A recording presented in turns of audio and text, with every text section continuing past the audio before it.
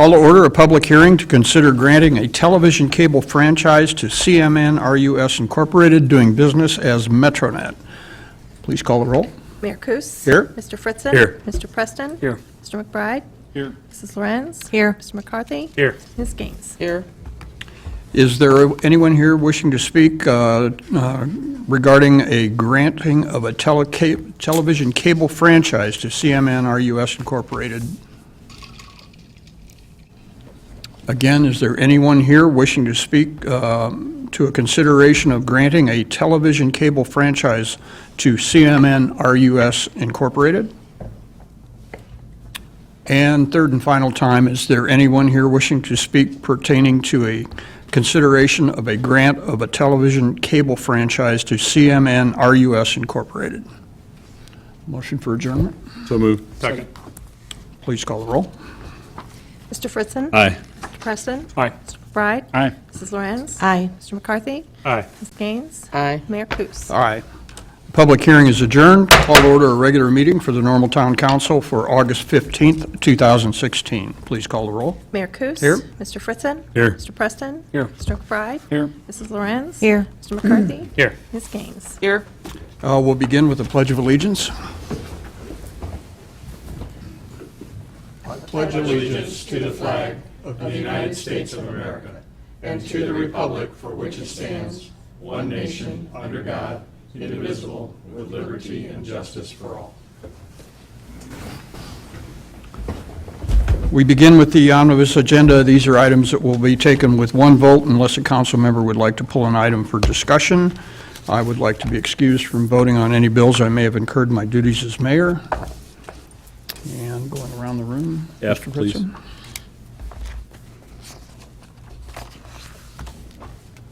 Motion for approval, please. Move approval. Second. Items we're considering under the omnibus tonight are approval of the minutes of the regular meeting of August 1st, 2016, and approval of town of normal expenditures for payment as of August 10th, 2016. A resolution to accept a proposal from Mid-Illinois Mechanical for the replacement of the heating boiler at the Community Activity Center. That's in the amount of $94,237, to authorize a contract with Dynamic Systems Incorporated for building automation controls in an amount not to exceed $11,000, and to approve an associated budget adjustment. A resolution authorizing the renewal of the Employee Group Health, Dental, Life, AD&D program, and conditional resolution partially approving the 10th addition to the Vineyard subdivision. Please call the roll. Mr. Fritzen. Aye. Mr. Preston. Aye. Mr. McBride. Aye. Mrs. Lorenz. Aye. Mr. McCarthy. Aye. Ms. Gaines. Aye. Mayor Kus. Aye. The omnibus agenda is approved with the exception of item F, which is an ordinance amending section 17.3-2 of the Municipal Code of the Town of Normal regarding the prohibition of possession of cannabis and cannabis paraphernalia. Mr. Fritzen. Approval. Thank you. Second. Thank you. Mr. Fritzen. Yeah, I understand, that we're in a position where we need to make some adjustments in our ordinance to align with the change in state statutes and whatever, so I get it. And I get that some would have issues with the effectiveness of laws such as, this, that the level of offense may not have had the kind of impact some would hope it would have in controlling the use of marijuana. I know, just looking through some complimentary literature on it, the huge cost savings when it comes to the cost of incarceration, things like that. And I think probably, rightfully so, some leniency towards sticking somebody with a criminal record, especially younger people who maybe have made just some bad choices and the like. So I understand some of the what so-called benefits of the statute and adjusting the ordinance. So I really just have comments more than any concerns over the issue. I am glad to see that we're keeping our fines at a higher level than what the statute calls for, and some may argue with that, but the street value of up to 10 grams of marijuana is about the value of the higher end of the state statute fine of $200. So if somebody can afford that, they can probably afford a little higher fine, because one thing that is in the state statute right before it outlines the changes about not more than 10 grams of any substance containing cannabis is guilty of a civil violation. The first sentence in that section is, "It is unlawful for any person knowingly to possess cannabis." So, I mean, it's still illegal. The penalty is just changing. And, the DEA the other day caught some flack for keeping marijuana listed as a Schedule I drug. But, as the DEA's current assessment, the drug at that classification means it has no accepted medical purpose and has a high potential for abuse. So there are plenty of reasons to continue to be strident in the control and the penalties related to this. My concern with my overriding concern with the change is that when the perception of marijuana's risk drops, the use of the drug is going to rise. And we're seeing that. I've been affiliated for about 9 years now with the Bloomington-Norwalk Community Campus Committee, originally formed and grant-driven to address binge drinking issues on our college campuses. But substance abuse is substance abuse, and marijuana is something we didn't initially and intentionally want to target. We wanted to hone in on alcohol, because there's plenty of problems related to that. But marijuana is becoming the high of choice. It's overriding, especially with younger people, overriding the use of alcohol. And so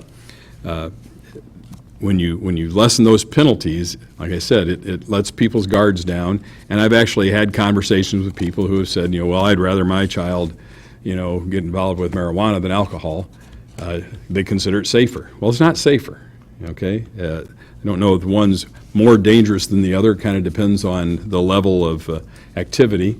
But it is definitely not safer, especially for young people whose brains are being formed and maturing, and significant problems can exist. And so what I find interesting is that the General Assembly finds the time to address an issue like this when it can't, get across or make that first step towards actually solving some of our biggest issues in the state, like insolvency or having no cash reserves. Those are things that really they ought to be spending their time on. But obviously that's not happening, and it's very frustrating. I know our last get together with our local representatives, I think there was a level of frustration there expressed that I hadn't seen before from some of them. So if I remember right, they voted no on this particular bill. I did a little research. Chief Bleichner helped me some today, and some others, just to get some idea of what's 10 grams of any substance containing marijuana or cannabis look like. And today it can take many forms. It's not just a little baggie anymore. It can be gummy bears or candy bars or some wax, higher concentration of THC in these products. And so one piece of information I picked up was that 1 gram of a standard marijuana flower will get 3 to 4 people high. Standard flower, I think, is probably what most people think about when they hear the word marijuana, but 1 gram of a concentrate can get up to 30 people high. And the high THC levels are associated with more severe health issues, mental health in particular, and we've spent a lot of time talking about mental health. And Ms. Gaines raises her hand there. She deals with people who have run into this situation. So it is a big problem in our community. It's a big problem for us in the state. Like I said, I get it. The answer isn't putting everybody in jail, but I don't think the answer also is a light slap on the hand. In fact, personally, I'd like to see higher fines. And I hope that we will, like I said, still be strident in our enforcement activities. Although bills like this continue to make things difficult for police officers when they're encountering situations. And for instance, the driving under the influence, the testing isn't available to really, at this point in time, to really make a determination. And we've had a death in this community that's related to, use of marijuana. And, like I said, today's marijuana isn't yesterday's when they've driven up the concentration of the THC in it. The BNCCC is about education and information, and recently through a subgroup of the BNCCC called BN Parents, the last couple of years we've been really targeting parents to have conversations with their teens about some of these problems, some of these things. This isn't a safer route to go than binge drinking or the like. And the BN Parents Group was successful in writing a grant for a drug-free community. Now, there hasn't been a lot of publicity about that, but that's one of the things the federal government has done is to create the Drug-Free Communities program. And it's a 5-year grant that will enable the BN parents to collaborate with others and to get more education and information out there. Just a couple of points here, from the BN Parents website, that the current marijuana environment can make it hard to know, what to do. And so we are, like I said, addressing adults and asking them to have conversations with their teens. In Illinois, marijuana has only been approved for medicinal use, and even in states where recreational use is allowed, the legal age is 21, as it is for alcohol. Yet, like I said, statistics show us it's becoming the illicit substance for youth that used to be assigned to alcohol. A teen's brain is primed for learning. Unfortunately, addiction is learned. That's why 90% of addictions have roots in the teen years. It can take a teen only months to develop a full-blown addiction, whereas it could take an adult years. So, the teens' brains are functioning differently. We all know that in a lot of ways, but especially in this one.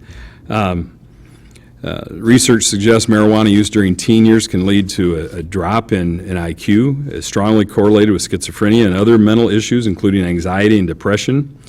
And high THC levels are causing addictions to form more quickly, consequences to be greater, especially when coupled with alcohol, and cause psychotic breaks, sending many to the emergency room. So I just felt like, this is an opportunity to alert people that, because fines are changing, it's becoming a civil offense as opposed to a misdemeanor or criminal offense, that it's no less dangerous than it was before. It's actually more dangerous than it's ever been. And the access is there. And like I said, I feel for our police officers who have to try to sort this out. The one PowerPoint that I looked at earlier today indicated that it's difficult to even identify something as marijuana. So police officers are charged with this and the like. But with the increased potency and concentration of THC, we still have to get after it as best we can. And like I said, I'm glad to see that our fines are staying higher than what the state statute calls for. And I would encourage our folks in Springfield to now turn their attention to the important matters of the state's finances. And keeping red signs off the state highways, red street signs off the state highways. Yeah. Keep those redbird signs green. Further discussion on this item? One other point, if I could, and maybe Ms. Woods can help me with this. My understanding is that should a minor be caught with in possession and fall under this, that we can't report that to the parents. Is that correct? I mean, I've read that somewhere, so I couldn't find it today. The bill's 180-some pages long, so I wasn't about to try to read all of that. I'm sure a lot of people in Springfield haven't read every word either, but, I'm not sure about that, Yeah. honestly, Mr. Fritzen. I can look into that. I did read the whole 180 Woohoo. pages, and I don't recall that, but there may be something in the Juvenile Court Act which addresses that. yeah. I can find out. Yeah, for you. I mean, there are paragraphs of suppressing the, the arrest, the records on that and whatever, but like I said, I did hear that, and I thought, that is just, here we are, the being parents, trying to encourage parents and guardians and whatever to get more involved and engaged with their youth, and here I, heard that, if we were to catch somebody, that we can fine them, but we can't tell the people who are the loudest voices in their lives. Except for that missing $350. Yeah, right, yeah, well, Ms. Gaines? Well, I was just going to say that the whole issue, I work with this every day. And of course, one of the first signs is when the teens' grades are just falling, down the stairs. And it's difficult on a couple of levels, though, because well, let me go back, and I was going to say, I was at a conference a while back, and as the one speaker said, marijuana isn't what our, well, he was talking to a younger crowd. I was one of the older folks there, saying, what your parents' marijuana used to be. So the THC levels are much higher, and people, like you said, can really get addicted now, not just psychologically, but they can end up with the DTs if they do not detox in the correct manner. But anyway, part of the biggest issue is parents that I see. They try to work with their kid not to be smoking, and these kids, they don't see it. And yet, even if they're inhaling, it's my understanding it is way worse. It's like an equal of a pack of cigarettes for one, I don't know what you call it nowadays, a joint, whatever, but there's other names too. And so it's like smoking a pack of cigarettes, just with the one, and people don't realize that. But it even goes well beyond parents, our community, and any of that. It goes clear back to, there's an awful war going on in places like Mexico and some of the other South American countries, Central American countries, where, that's their crop. And then they've got a lot of the drug lords that this is their way of making money, and they are not going to worry about who gets hurt and making sure that it gets taken care of and done. And so I don't know how we ever can totally battle that, because the war on drugs surely has not worked. It's not at all. So as Kent Carricker used to say, let's tax it, let's sell it, let's tax it and make it and have it grown here where people can know what's in it. And I think I'm kind of for that. Further on this item? Please call the roll. Mr. Preston? Aye. Mr. McBride? Aye. Mrs. Lorenz? Aye. Mr. McCarthy? Aye. Ms. Gaines? Aye. Mr. Preston? Aye. Mayor Kus? Aye.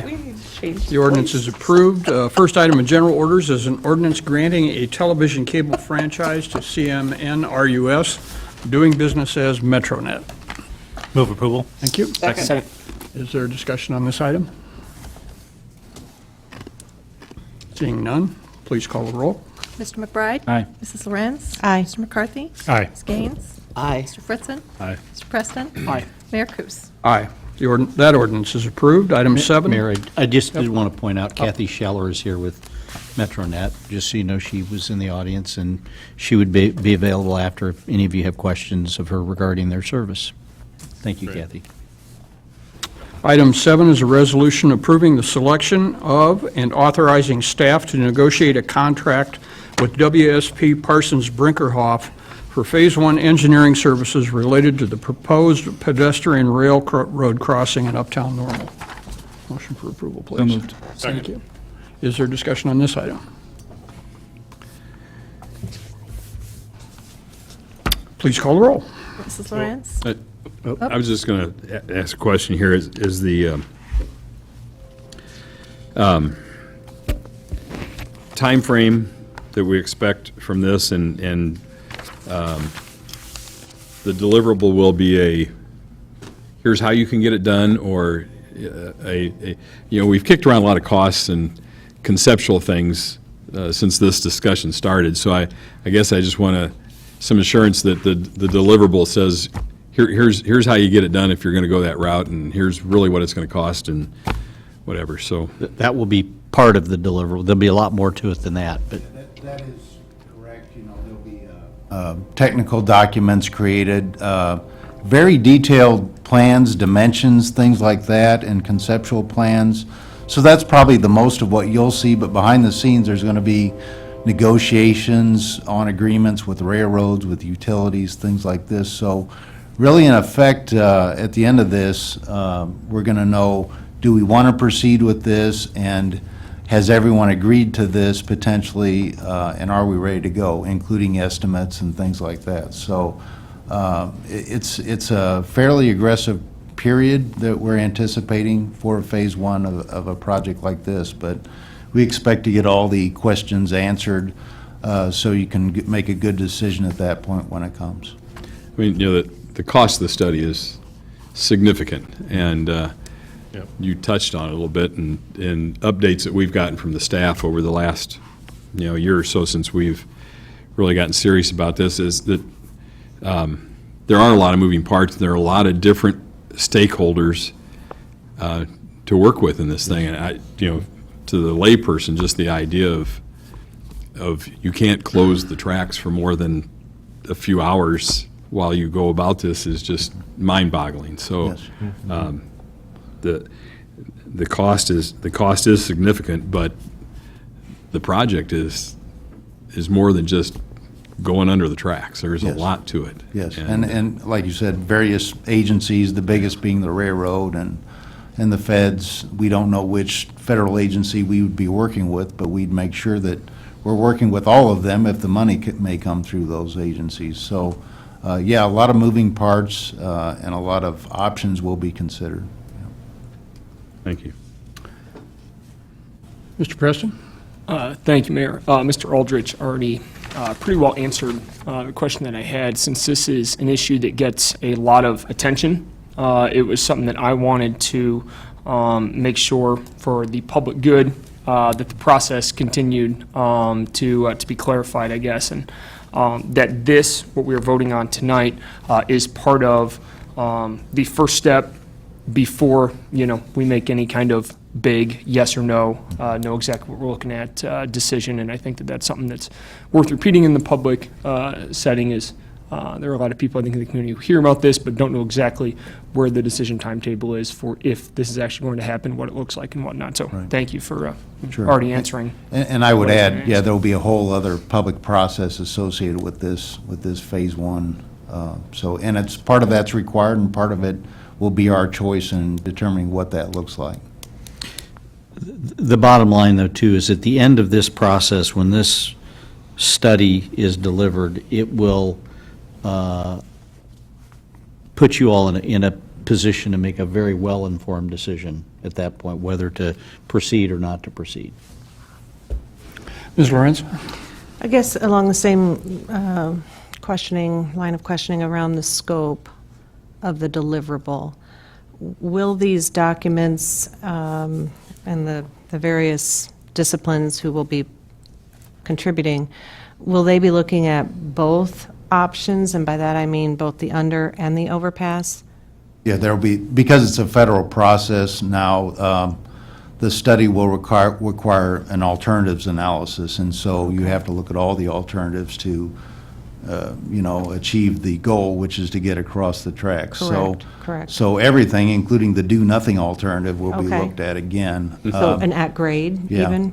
Right. Okay. But, okay. we know, you look at it and you say it's not feasible, or you consider how that will, be implemented or affected. But, even in our discussions, as we discuss underpass, there's several options for constructing an underpass that we've found. So even if, after we choose an option, we'll have discussions on how we technically implement that option. All right. The other thing I'd just like to add, and I think this is an important point, is I think it's our expectation, certainly mine, that this project will receive substantial federal support. We know how competitive those limited federal dollars are.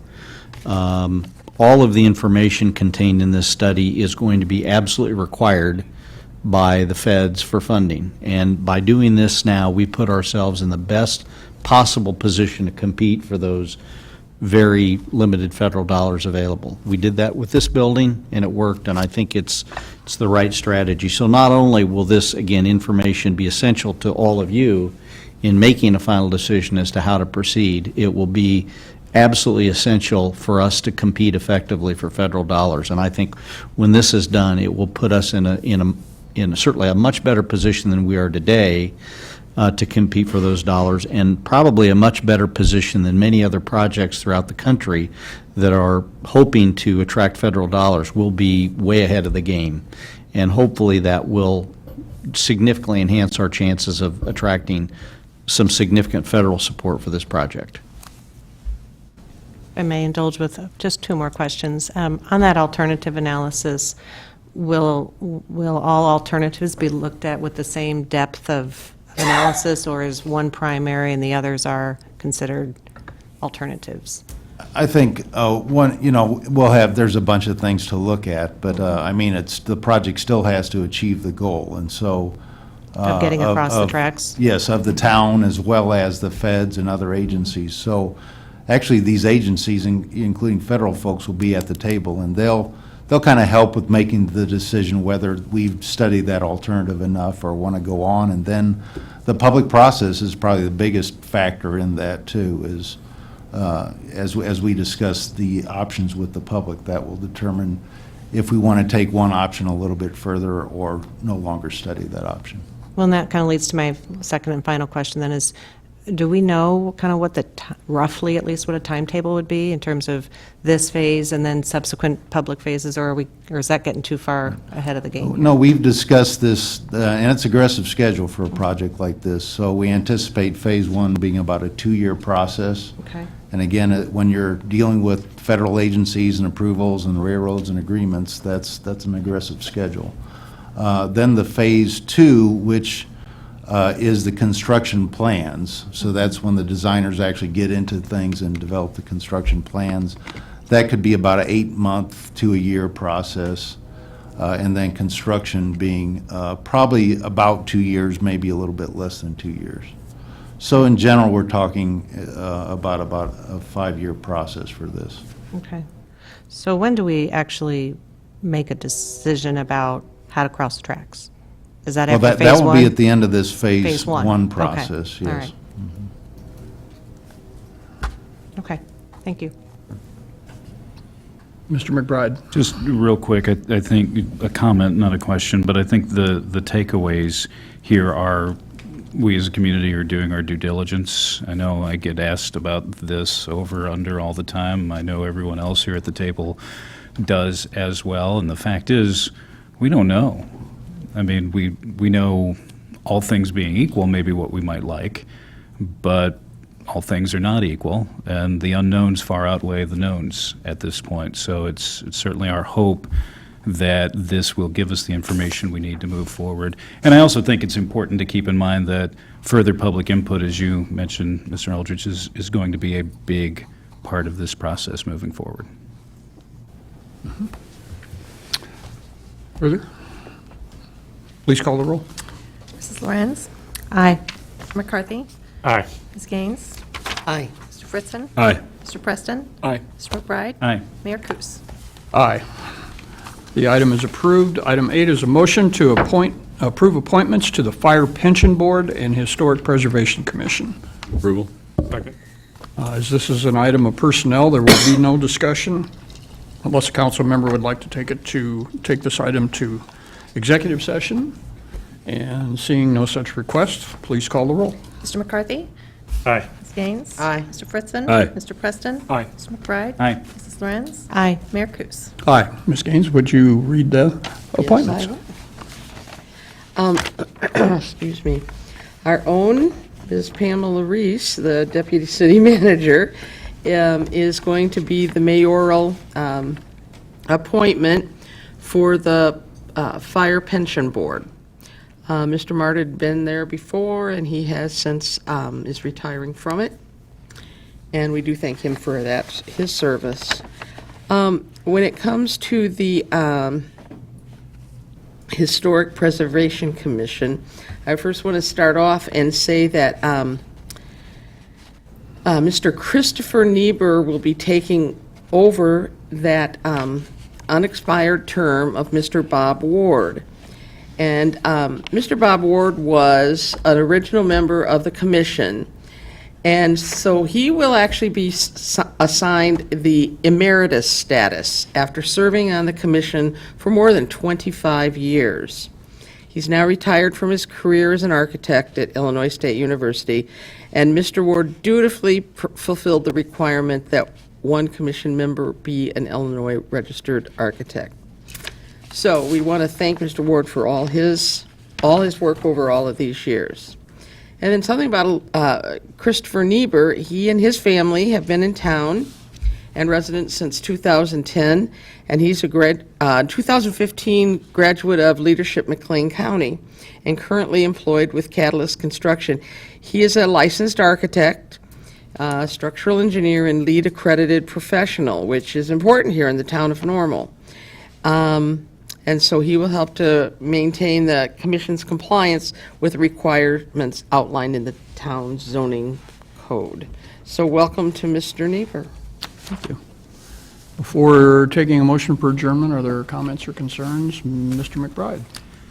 Just want to take a moment, as everyone is probably aware, students are on their way to returning to the Illinois State University campus, so I just thought that we should maybe take a moment to publicly welcome them and their parents and loved ones to our community. It's always, there are always a couple of hallmarks during the year, and I know it's been said by several others that, sometimes in May it's a relief when they all disperse, but it's also a great feeling and gives us a great boost of energy when they return in August.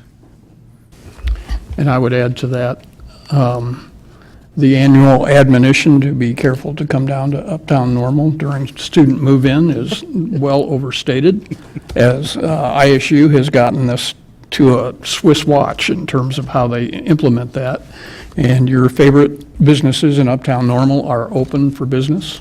And as I noticed today, we're kind of light on business, so don't feel that you have to stay away because of that, because if you come down Broadway, you wouldn't even see it. Further? Mr. Peterson? Just to tack on to that, Mr. McBride, I believe some of you have already signed up, but this has become an annual tradition where we have the Welcome Back to Students initiative, and that's Friday from 3 to 5, where members of the council and members of staff and Illinois State University officials will be delivering welcome goodies to off-campus residents, student-oriented residents. So we'll be deploying lots and lots of people to knock on what, Mr. Trumbull, 2,500 bags. We try and get close to 5,000 or 6,000 off-campus programs. So, yeah, it's a big effort, but I know from prior years, the students very much appreciate it. So for those of you who signed up, thank you. For those who haven't, you still have time to do so. For Friday afternoon, you can just contact Sandy, and she'll give you the details. Great. Motion for adjournment.